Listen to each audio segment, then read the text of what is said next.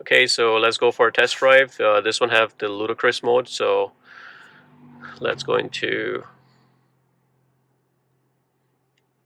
driving and then click onto ludicrous.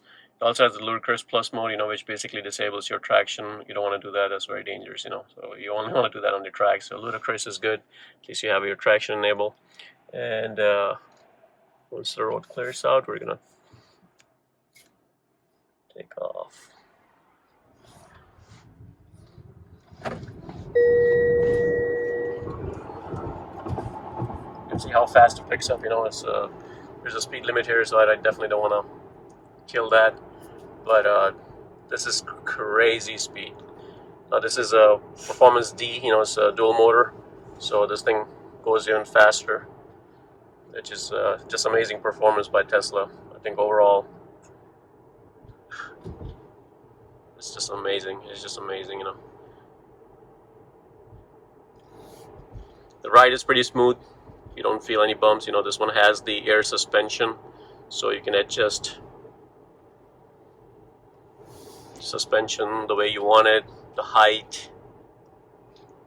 If you want more comfortable, you can raise the height. If you want more sporty, you can lower it. So, and it does have GPS enabled air suspension, so you can set it up. If you are coming back home and if you have a lower driveway which can scrape the bottom of the car, you can enable the GPS so it knows that you're coming back home, and what it'll do is automatically adjust the air suspension to a specific height that you tell it to, so it does not scrape your bottom of the car. This one has the 2.0. You can see, it's auto detecting the cones. You can see the construction zone, and it even detects the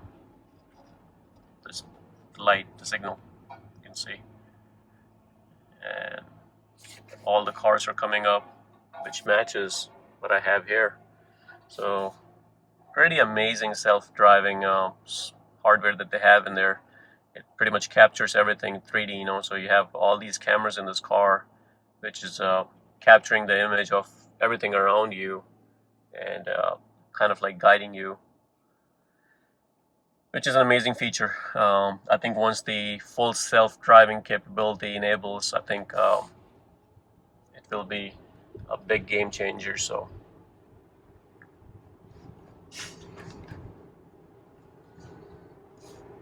now I'm going to set it to this auto drive, and all hands are off. The car is just driving. You can set it to a specific speed in this case. Now you do have to once in a while keep your hand on the steering wheel, just for the car to know that you are not being dumb and not just letting it go. So, and it tells you anytime there's a traffic signal coming, it kind of warns you. So if you don't want it to stop, just press a little bit on the accelerator and the car just keeps moving. So that's a good feature, But other than that, like it auto steers. If you want to change lanes, all you have to do is just do this, and the car will automatically change lane and come in the right lane that you want. And you can turn this off. So that's another amazing feature. It maintains the speed at that cruise level that you're wanting to cruise.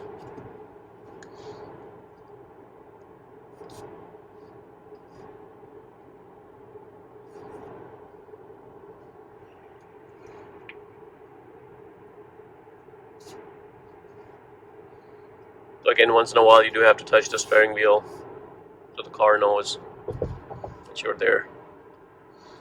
That's just a safety feature because you don't want to fall asleep and then realize you get into a wreck. So, but I think once the full autonomous vehicle driving is released, I think it's going to be a big difference on how we operate the vehicle. So,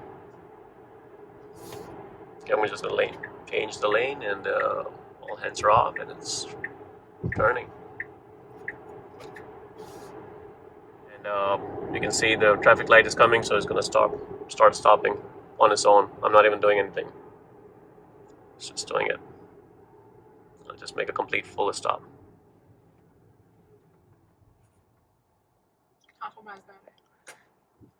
Amazing, you know, this is just amazing.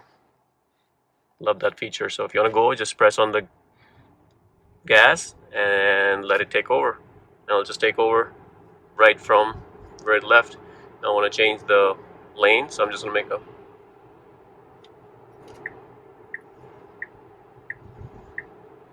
there you go. Now even though I'm set for 60, it is detecting there's a vehicle in front of me, and it's going to auto brake. Okay, I just disabled it because this guy is making a right turn and I have to do the same thing, so up ahead. So you know, it detects the car distance and won't let you kind of it won't let you just take over and do whatever you want. You know, if you have to make a right turn, you have to stop.